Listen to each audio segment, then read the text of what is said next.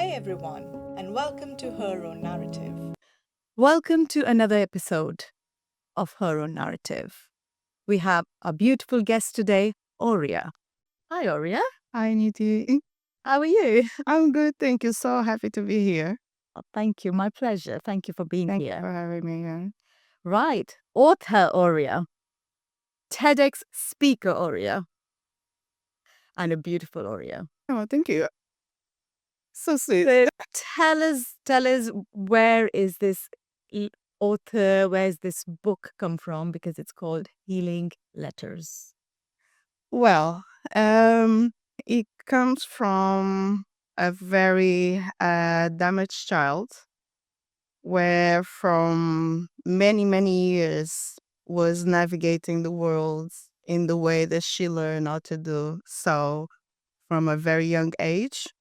And eventually, it came to a point where she had to stop, take accountability. I love that word. For so many different things in her life and put a stop on it and move forward from that. And that started in therapy. Wow. Yeah, I normally say therapists should pay me a fee because I do a lot of marketing, free marketing for them, just putting out there. So during therapy, one of the things that my counselor said was that perhaps I should write letters to the people that hurt me. Not necessarily have to send them if I felt strong enough to send them, but at the time was a bit dangerous because that just could set me up a few steps back. But just for me to be able to see on the paper and see, because sometimes we make excuses for the people that hurt us because it's people that we love, mothers, partners, children, friends. And so he said, put on the paper, read back. And when you read back, pretend someone gave you those letters, like it happened to them and you love them and you care for them, and see if that's right. So let me get this right. Yes. So you're basically saying you wrote the letters to Yes. people who hurt you, Yes. X person, Yes. and you are now assuming and role playing that they are the ones you've hurt. No. For example, you my good friend, and then you give me those letters for me to read. But I wrote them. But I'm pretending that it's you that giving me those letters Yeah, that's of people that hurt you. Hmm. And so I'm reading those letters and I'm crying because I love you. You're my friend. I care for you. So whatever I was reading was wrong. So what I'm going to tell to you, you need to do something about it. You need to close those doors. You need to say enough. You need to say that you are good enough, that you deserve respect. That respect goes and come back. And so the book came from those lessons in therapy. But the funny thing is, from a young age as well, I always wanted to be a writer, an author, because I used to read a lot because I was very quiet. My mom used to give me lots of books. But she used to live in Angola and I was in Portugal due to the civil war. I had to go to Portugal and stay there because of school to study there. So I had nothing to do. There was no social media at the time. Yes, guys, I'm from the 80s. we didn't have social media telephones. So you either watch TV, play outside, or read books. So I used to read lots of books, but they were fiction.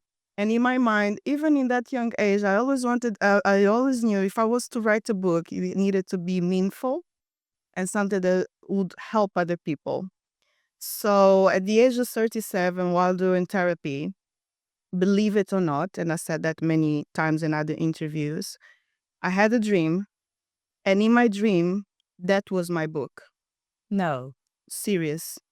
Oh my gosh. In that dream, that was my book. And I have many of these moments, even when I was young, being bullied, signs that come to me in dreams. If I had to do big decisions, it's not just the gut feeling, it's dreams as well when it's really big and I'm really not sure what to do. So I came in a dream, the name of the book, Healing Letters, the name of the chapters, The only chapter that wasn't in that book was the last chapter, which is for my son, because I knew I had to apologize to him as well.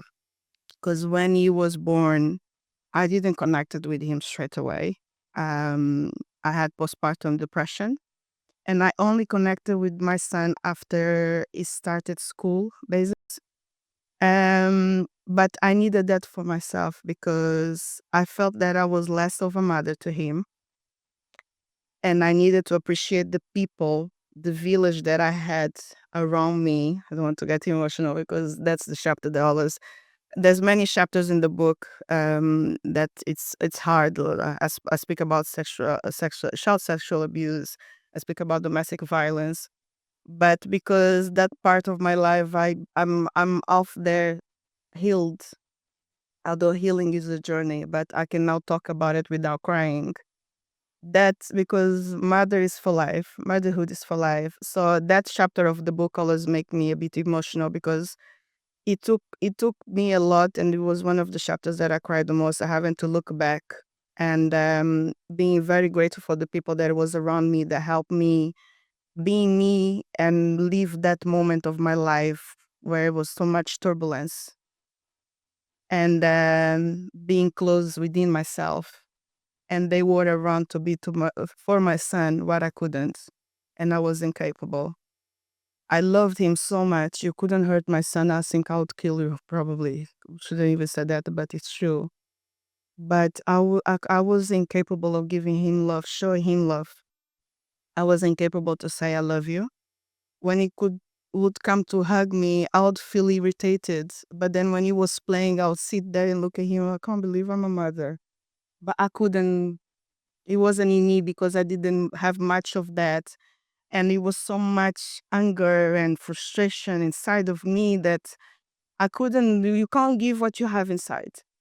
If you don't have it, you can't give it. True. If you are an orange, but then True. you want to open the orange and have apple juice, it's not gonna come like that. So very true. And I had people around that would come and talk to me, or you think you were a bit harsh, or maybe take the weekend, we'll stay with him.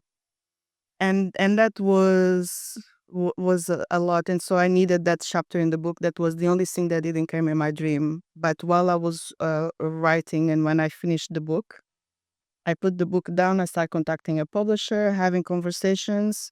I sent the book, and then after a week or two, I had another dream about it. It was me and him, and how much he was teaching me to be a mother, how much I was allowing myself to love, to be loved, to love myself, to be loved, and to give love back. That I thought he was going to be, I wouldn't be honest with myself if I didn't put that in the book. So it's the last chapter, and I'm so glad that I did it because many women that read the book, they went through the things that I went: child sexual abuse, domestic violence, people that come from the African background where our culture is very strict and very much the elders you have to respect, but they don't give you respect back. And the cycles are very toxic and unhealthy in some families. There are families that they're happy, but and you're not supposed to talk about it because you put the family to shame. They came to me and they said that it was perfectly done, the order in the book, because it just shows that me being able to not connect with my son when he was born, and then me finally working on my healing, and then connecting with my child, where today we are like this, it just shows the importance of us addressing those issues, of us talking about those kind of traumas, because everything in your life is connected to that. If you don't work on what's your traumas, it affects your relationships in the future with your partners, with your family, with your children. And that connects with my TEDx speech, which was "Children of today are the adults of tomorrow." That's so true. Because I remember at the time I separated from my partner as well, while when my son was 3 years old. At the same time, I was finished university. And I remember speaking very ill of his father in front of him. He was a boy, and he's still a boy. He's still a boy, although I think he's all grown up. I don't know. And I had to stop during my healing when I started to understand myself more and thinking about things and taking accountability. And I had to stop and think, this child is going to become a man tomorrow. What kind of man he will be? Listen to me talking about men like that. Oh my gosh. Especially the main man in his life being his father. Yeah. You know? And he used to just and I had that from my mom. Bless her, I love my mom. I don't want people think I have a love-hate with my mom. I used to. I don't have anymore. She's my best friend. But I had to understand that as well, that my mom gave me what she had, what she learned, what was passed on to her. So it was down to me to break the cycle. You're right. So I broke the cycle, and I was able to go and teach my mom. And was she receptive of it? Very receptive. In the beginning, not. Because let's face it, when someone is coming to you, even if it's your good friend, your partner, your mom, and tell you what's wrong with you. But one thing I learned as well is not what you say, it's how you say it. And eventually, even if they get upset and go home and cry, they'll know that you came from a place of love. Then you need to give them space to take that information and do something positive about it. They might decide to just, okay, I'm not ready. And if they're not ready, give them space. Because many people came to me, many friends that we're good friends now, came to me many times at the time that I wasn't ready. And I had arguments with them. And in the book, I actually apologized to them and I give them acknowledgement because they were good friends. They weren't a friend to tell me you were wrong for that. That's not the way of saying we're trying to talk to you. And everything was an argument. Because as I was bullied as a child, I had to learn to defend myself. I was the only black girl in a school in Portugal when I came from Angola. So I was always being beaten up. Eventually, I started being a fighter. No one was there to fight for me. You were your own backup. So you learn to be a fighter to the rest of your life. But then through therapy as well, I had to learn not everything is a fight. Choose your battles. I know it's very cheesy to say that, but sometimes when people come into you, they're not coming to fight with you.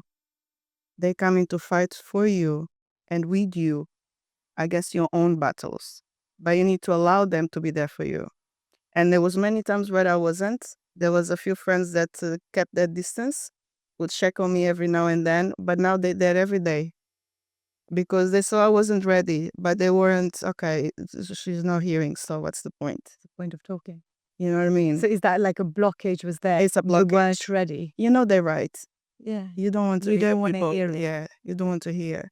I knew they were right because I used to argue with them. Oh, you're defending them and like that fighting mode, like internally. Because you're unsatisfied. Yes. And there's a wound there. A very big wound. You know how I see it? It's like you are whole your life with a beanbag full of rocks. And you just carry on, and you get used to the weight. But then when you start doing healing, it's like a hole is made. One stone is gone, another stone is gone. Eventually, the bag gets empty. So, now that you've done your therapy and now you're already a coach yourself, how do you, when these triggers happen, what is your way of dealing with them? What would an old Oria versus new Oria would do? I would just start arguing with you. What did you say? You're talking to me. You know that attitude. Like I can't even be that person anymore because I feel a bit rude.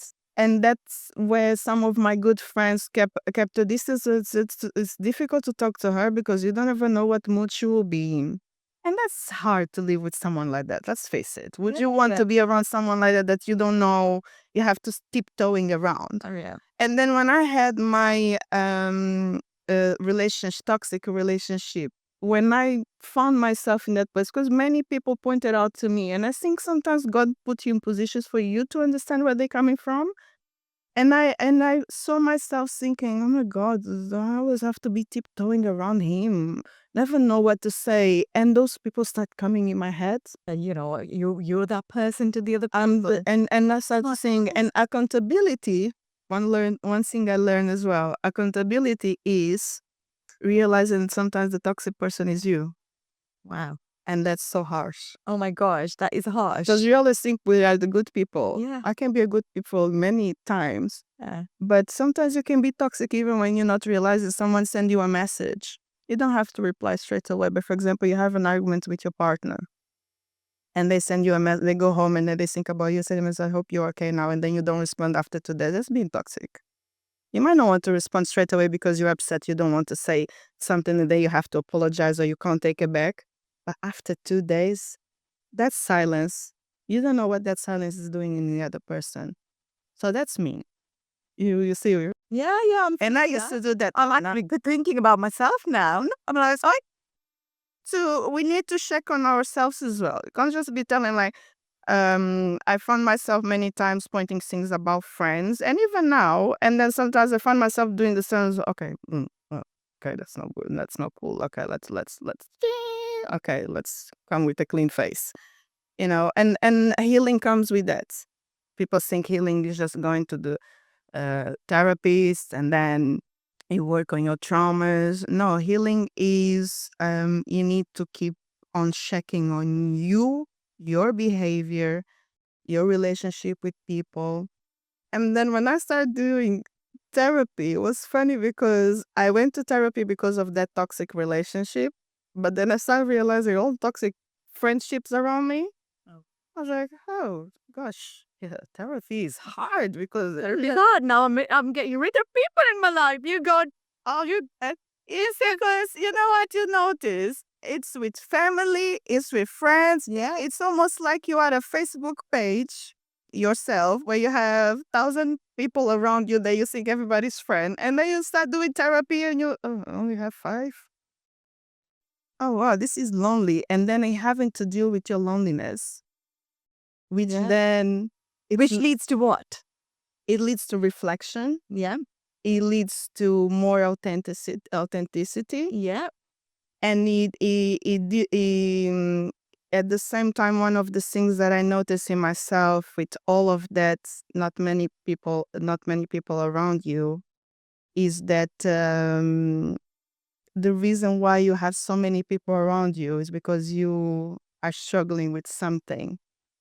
Because when you are really okay, you have no problem sitting in silence. Listen, I could sit because I just love your room. Let's just put it out there. You have a really nice studio. Thank you. I could stay here the rest of the day today. It's just because I have things to do. Because this is so cozy, it's so peaceful, silent.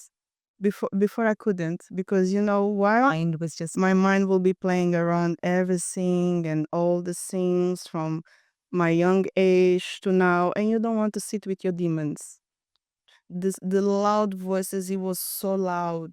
You're peaceful in your own company now. So I you can don't need stay a other whole- people Yeah.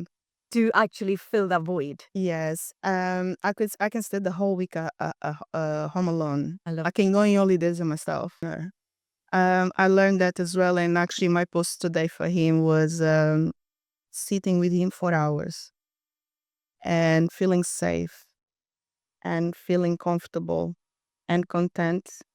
That is everything that I needed, that I never knew I needed.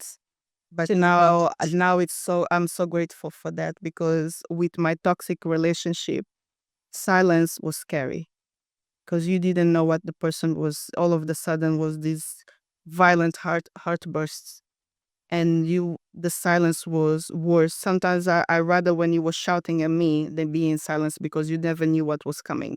Silence is not awkward silence. Silence is not actually, awkward. it's very comforting. Yes. So what's going on right now, Oria? What's going on in your life right now? Where is the author, TEDx speaker moving along now? What's coming? Actually, last year I just found a project with a friend of mine, Darren Watley. So created this project where it's like the African print photo shoot with everyone. So I start talking with people that I know. I start sending emails, whatever, from up to bottom England. So we managed to, from there, have exhibition at University of Wolverhampton, University of East London. Then we back, and now we have the exhibition at the Library of Birmingham, which is the biggest in Europe, and it's there until the 28th of February. The exhibition was so successful that we then decided to do the podcast series, because with the exhibition we have the bios of everyone. So then what we decided, I have one of the people in the group, she just opened a charity for single mothers in Birmingham. And she used to do a podcast series, but she stopped for a bit because she's at university as well doing counseling. And so we talked to her, put her as a co-founder, and said, what about now we give voices to these people? Because what are we going to do? So it's just going to end like that. So now all these people have the opportunity to come and sit down and tell their stories, and Isn't that use that platform to marketing their business as well, because they didn't doubt it. Some people I call to speak to them, I speak with them individual, so they could say no or yes, whatever. And it's nice because most of them I already work with them before, and just putting this out there. When you go do something, and you will understand this, when you go on other people's platform, treat yourself as a brand. Yeah. Your name is a brand. Yep. So every I'm time I happy went with to that. people, Mhm. I know that because you told me before. When you go work with other people, when I became a publisher, I went to places as a motivational speaker and people paid me for that. I went to places where people invited me and they were just starting. And I still went, and they said to me, we don't have the money to pay you, but we would like you to come, even if it's just to come and support. And I said, I'll still speak if you want me to speak. It's not a problem. And then when they started to become a little bit, better in their business and successful, that they could afford me, I still went and they paid me, you know? And so because of that, when I needed these people to come on my platform, They were all there. I haven't even finished my speech. I just said, I'm doing this, and I was thinking, okay, yeah, sure. When and what time? Send me the dates and the times. Isn't that amazing? This is what we were amazing. talking about just before. We can enroll people because we are putting value out there. And that's what people are lacking nowadays. It's shortcuts, isn't it? Everybody wants like, oh, can we just make hay in one day? Yeah. Can't. You got to Especially the young generation. Everything is quick, easy. It doesn't work like that. One hand wash. Even this morning I was talking with my friend. She was helping me with because I don't know how to do the eyes. And I was saying integrity is a big thing. Yeah. Integrity is a big thing. I love in the old times when you hear people saying, oh, I give you my word. Yes. Okay, these days it's very dubious to do People that. are not true to their word. They're not true to their words, but I still appreciate people that, no, I told you, because some people, I said, oh, I thought you couldn't come because I know one of the ladies, she's a theater producer. I knew her schedule because my sister worked with her in the theater, and I know her schedule was super busy. She said, I told you I was coming, and and she came, and she finished her photo shoot. She done it in 5 minutes, and she said, darling, I have to go. And she, and always so her going to, but she came. She came. And because she gave her word, she didn't say to me, I'll see. She said, I'll come. Just send me the dates and the time. And you need to appreciate that. You need to see that even if someone is starting, don't overlook them. No. Because you don't know tomorrow, and you don't know if you're going to need And them. also, I think, you know what? If you don't support somebody, you started somewhere as well. Mm-hmm.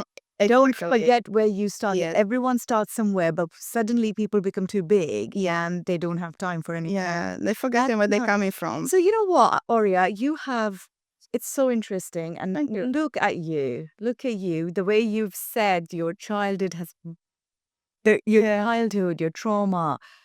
There are a lot of women out there who are still sitting there, and nothing wrong with it, but they don't believe that they can. Mm-hmm. That voice in their heads that, oh, I can't do it. What is something you'd leave them with? That's a good question, actually. I think that the first things, because it's small tactics that you might want to start doing it. Maybe try what I did, which was write in the paper and read back to you.